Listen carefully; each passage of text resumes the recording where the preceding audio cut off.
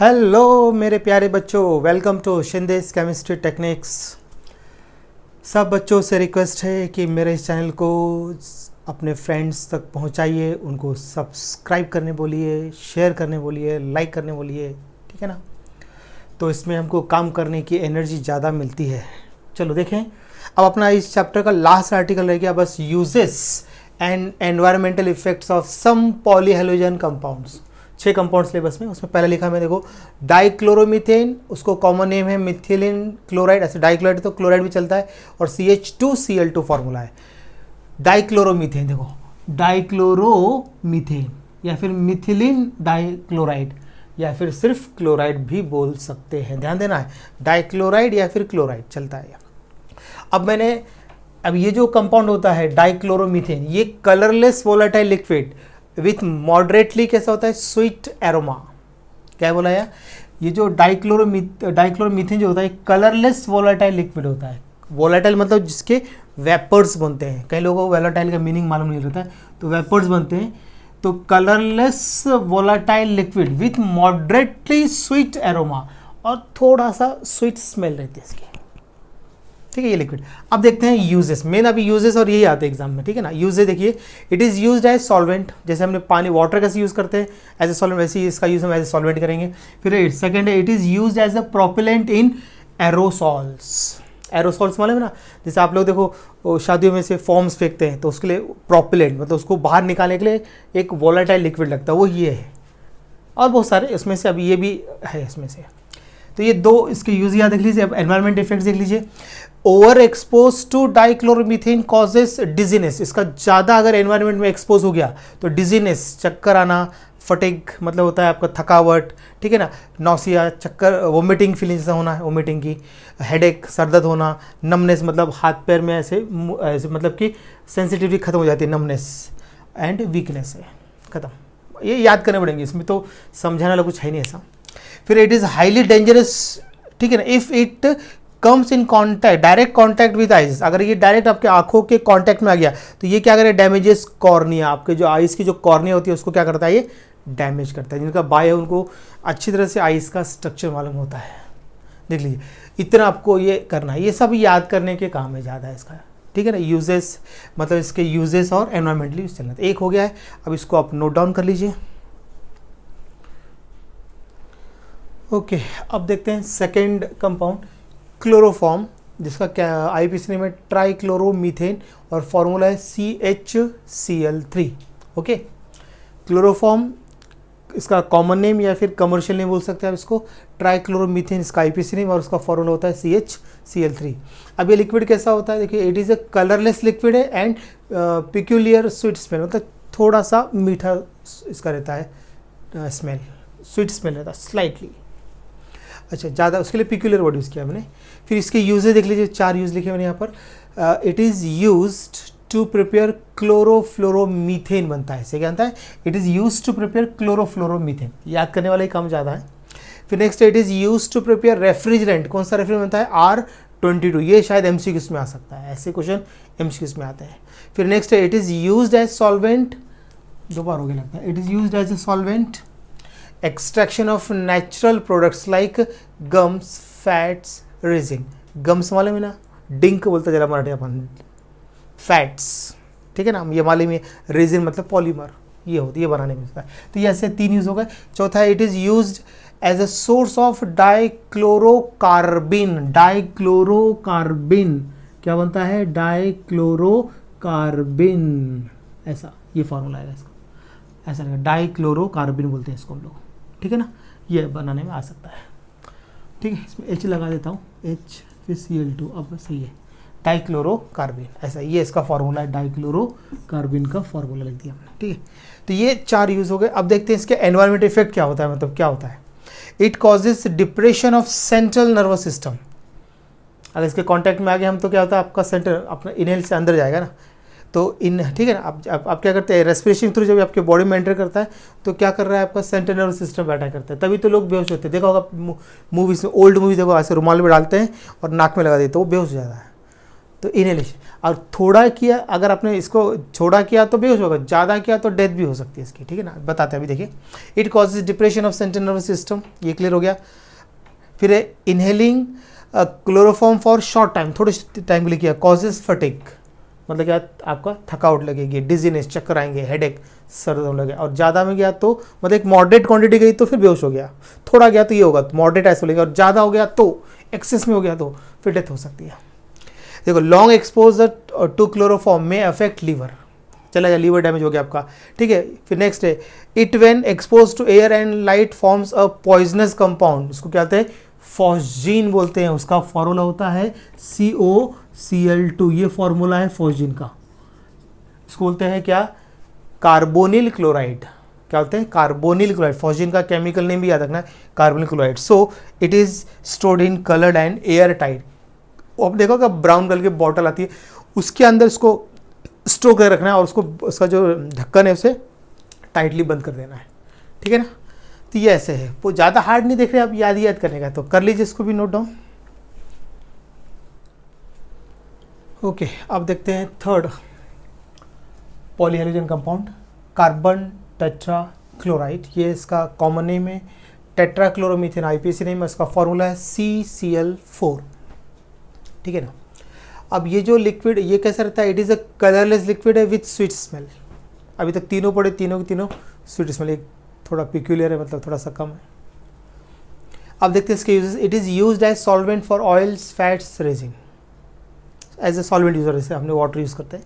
फिर it is used as a source of chlorine, ये chlorine का सोर्स है, and it is used as a cleansing agent, मतलब clean करने के लिए काम आता है ये क्लींजिंग एजेंट्स, ठीक है ना। जैसे ऑयल कहीं पड़ गया तो ऑयल को क्लीन करने में, क्योंकि उसमें क्या होता है, डिजॉल्व हो जाता है ना ये। अब नेक्स्ट है एनवायरमेंटल इफेक्ट देखेंगे, it is a highly toxic to liver, ठीक है। फिर expose to high concentration of CCl4 can affect central nervous system, अगर ज़्यादा कॉन्सेंट्रेशन आपको ने इनहेल कर लिया तो ये आपका सेंट्रल नर्वस सिस्टम पर भी अफेक्ट कर सकता है, और लीवर तो डैमेज होने वाला, हाईली टॉक्सिक टू लीवर है ये। फिर it is suspected to carcinogenic, carcinogenic मतलब होता है कैंसर कॉजिंग, ये इससे कैंसर भी हो सकता है, ठीक है ना। फिर देखिए प्रोलॉन्ग्ड एक्सपोज में कॉज डेथ, अगर कंटिन्यूसली इसका एक्सपोज में रहा अगर CCl4 के, तो डेथ भी हो सकता है, मतलब उसी के एटमॉस्फेयर रहे आप CCl4 के, तो डेथ हो सकती है। फिर है it is a green house gas है, मतलब ये ग्रीन हाउस गैस जानते होंगे आप, ये पूरे एनवायरमेंट को क्या करते हैं, वार्म करते हैं, गर्म कर देते हैं पूरे एनवायरमेंट, ठीक है ना। जैसे कार्बन डाइऑक्साइड है, मीथेन है, वैसे ये भी है, ठीक है, कर लीजिए इसको नोट डाउन। ओके, अब फोर्थ पॉलीहेलोजन कंपाउंड देखते हैं, आइडोफॉर्म नाम है उसका, ये इसका कॉमन नेम, कमर्शियल नेम भी बोल सकते हैं इसको, और ट्राई आइडोमीथेन IPAC नेम, फॉर्मूला है CHI3। अब देखिए ये कैसा होता है, it is a yellow crystalline substance with disagreeable smell, मतलब इसकी देखा जाए तो मेडिसिनल स्मेल होता है, वो डिसएग्रीएबल स्मेल का मतलब होता है मेडिसिनल स्मेल। अगर आप किसी भी आप हॉस्पिटल में जाते हैं तो आपको कैसे स्मेल आती है, जो मेडिसिनल स्मेल, वही स्मेल है इसकी, ठीक है। अब देखते हैं so uses, it is used in medicine as a healing agent, ठीक करने में, ऐसे आप डेटॉल लगाते हैं तो वो आपका यही है, आइडोफॉर्म में रहता है इसमें। And it is used as antiseptic in dressing of wounds, देखा भी होता है आइडोफॉर्म, ठीक करने में और उसको ड्रेसिंग करने में यूज़ किया जाता है इसका, ठीक है, एंटीसेप्टिक ना होकर के, डेटॉल, सेवलॉल, बहुत सारे ऐसे, ठीक है ना, आप जो यूज़ करते हैं। उसके अंदर फिर इसका एनवायरमेंट इफेक्ट क्या है, it causes irritation to skin and eyes, irritation to skin और आइज हो सकता है लगाने का दिए, एंड इट कॉज, जलता है ना को, इट कॉजेज रेस्पिरेटरी इरिटेशन और ब्रीदिंग डिफ़िकल्टी, सांस लेने में प्रॉब्लम होता है, डिजीनेस, चक्कर आते हैं, नॉसिया, वोमिटिंग की फीलिंग होती है, depression of central nervous system depression हो सकता है, एंड विजुअल डिस्टर्बेंस, आपको थोड़ा कम दिखाई दे सकता है, ऐसा ब्लर हो सकता है आपके आइज, ठीक है। ऐसे इसके कुछ यूजेस है, इनवर्ट इफेक्ट देख लीजिए, कर लीजिए इसको नोट डाउन। ओके, अब देखते हैं fifth polyhalogen compound, freons. Freons का थोड़ा मैंने इंट्रोडक्शन लिखा देखो यहाँ पर, तो these are organic compounds of chlorine and fluorine, chlorine and fluorine, तो क्लोरोफ्लोरोकार्बन्स जो रहेंगे आर कॉमनली यूज्ड एज, ठीक है ना, क्लोरोफ्लोरोकार्बन्स को हम क्या लिखते हैं, CFCs लिखते हैं, है ना, chlorofluorocarbons are commonly used as refrigerant use करेंगे. And the most common representative is difluoromethane, इसको बोलते हैं फ्रियॉन 12 बोलेंगे. और अदर इंक्लूड्स क्लोरो डाइफ्लोरोमीथेन, इसको R22, फिर trichlorofluoromethane R11 and so on, ऐसे जाते जाएंगे आगे. ठीक है, ये कुछ मेन नाम है, फ्रियॉन 12, R22, R11, ये सब आपको याद रखना पड़ेंगे, इस पे MCQs बन सकते हैं. ठीक है ना. फिर देखते हैं इसके यूजेस में. तो they are used as refrigerant in fridge. Fridge में देखो होगा कूलिंग गैस होती है, वो इसी की रहती है. एयर कंडीशन AC में रहेगा. प्रोपेलेंट्स, ठीक है ना, इन एरोसॉल एंड सॉल्वेंट्स में यूज़ करते हैं इसको.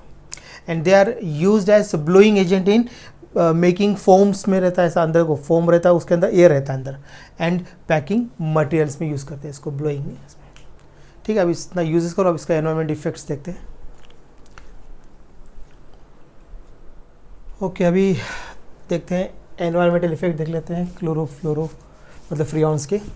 तो पहला है chlorofluorocarbons are responsible for ozone depletion of ozone. Ozone में क्या करते हैं, होल करते हैं इन स्ट्रेटोस्फीयर जो होता है, ठीक है, उस रीजन में रहता है, वहाँ पे जाके क्या करता है, ये होल कर देता है. फिर नेक्स्ट है regular large inhalation of freon result in breathing problem, सांस लेने में प्रॉब्लम आता है. ऑर्गन डैमेज हो जाते हैं. लॉस ऑफ कॉन्शियसनेस, आप बेहोश हो सकते हैं, मतलब आप, ठीक है, इतना याद रखना पड़ेगा इसका एनवायरमेंटल इफेक्ट. अब लास्ट पॉलीहेलोजन कंपाउंड है, वो है DDT, मतलब डाइक्लोरो डाइफिनाइल ट्राइक्लोरोईथेन, ये इसका फुल फॉर्म. और DDT शॉर्ट बोलते हैं, DDT सुना होगा. ये पावरफुल इंसेक्टिसाइड. देखिए, it is a colourless, tasteless and smellless, क्या है, crystalline compound having insecticidal property रहता है, इंसेक्ट्स को मारने की प्रॉपर्टी रहती है, क्रिस्टलाइन कंपाउंड है. आपके इसके यूजेस क्या है, it kills insects such as house flies, mosquitoes and body lice. ठीक है ना, जुए होते ना अपना, ठीक है ना, मराठी लिख म्हणता, मराठी लिख. It was use for controlling malaria and typhus. अब इसके रह गए सिर्फ एनवायरमेंटल इफेक्ट्स, इतना नोट डाउन कर लीजिए. ओके, अब देखते हैं इसके एनवायरमेंटल इफेक्ट. फर्स्ट लिखा है यहाँ पे, expose to high doses of DDT may cause vomiting, tremors, या फिर शेकिंग, जैसा शेकिंग करेगा आपके हाथ पैर, ठीक है ना, तो वोमिटिंग और आपके शेकिंग कर सकता है, हिलते हैं आपके हाथ पैर इसके कारण. फिर laboratory animal study shows adverse effect of DDT on liver and reproduction. ये एक्सपेरिमेंट समझ जाएगा, लीवर और रिप्रोडक्शन पे क्या होता है, इसके एडवर्स इफेक्ट, इसके बैड इफेक्ट होते हैं. फिर DDT is an organic pollutant है, रेडिली एब्जॉर्ब्ड इन सॉइल में होता है और and tends to accumulate in the ecosystem. तो इसलिए एनवायरमेंटल इफेक्ट भी है इसका. उसके बाद फिर देखिए यहाँ पर, व्हेन डिजॉल्व्ड इन ऑयल और other liquid and it is readily, क्या होगा, it is readily absorbed by the skin. फिर है, it is resistant to metabolism को रजिस्ट करता है ये. And it is accumulate in fatty tissues में एक्यूमुलेट होता है. ठीक है ना, हो गया ये. अब इसका मैं ज़रा स्ट्रक्चर बताता हूँ, उसका स्ट्रक्चर थोड़ा काम का रहता है. स्ट्रक्चर ज़रा देख लेते हैं DDT का, देख लीजिए. अब इसका स्ट्रक्चर हम बनाकर देख लेते हैं. तो अब देख लीजिए, इसको हम ऐसे बना सकते हैं, 2 रिंग बना लीजिए, एक रिंग ऐसा, ठीक है ना. उसके बाद उससे अटैच ये, और ये दूसरी रिंग ऐसे ले लेते हैं, ऐसा, देख लीजिए. यहाँ पे अटैच आपका क्लोरीन, यहाँ पे अटैच आपका क्लोरीन, और यहाँ पर आपका 3 क्लोरीन, 1 2 और ये 3, ऐसे आपके क्लोरीन होंगे यहाँ पर, ऐसा होगा. और यहाँ पे चाहो तो H शो कर सकते हो, हाइड्रोजन शो करना है तो. इसका क्या है, हमने नाम देखा था डाइक्लोरो, है ना, डाइक्लोरो डाइफिनाइल ट्राइक्लोरोईथेन. देखो ये 2 कार्बन है, ऐसा नाम है इसका. तो ये स्ट्रक्चर थोड़ा इसका याद दे. तो ये DDT का स्ट्रक्चर ऑफ DDT, ठीक है ना, इतना आप तैयार कर लीजिए. यहाँ पर ये चैप्टर हो जाता है कंप्लीट. आप ये चैप्टर हो गया।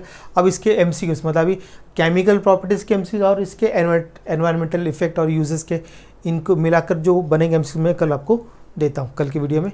तो कल पूरा आपका chapter finished with board and CET. ठीक है, पढ़ते रहिए, अपने दोस्तों को बताते रहिए, सब्सक्राइब कीजिए। ठीक है, चैनल को ज़्यादा से ज़्यादा आप बढ़ाने की कोशिश कीजिए, आपके हाथ में, आप जितना बताएंगे उतना अच्छा रहेगा। ठीक है ना, चलिए पढ़ते रहिए।